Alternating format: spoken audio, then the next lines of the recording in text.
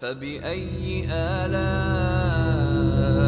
ربكما تكذبان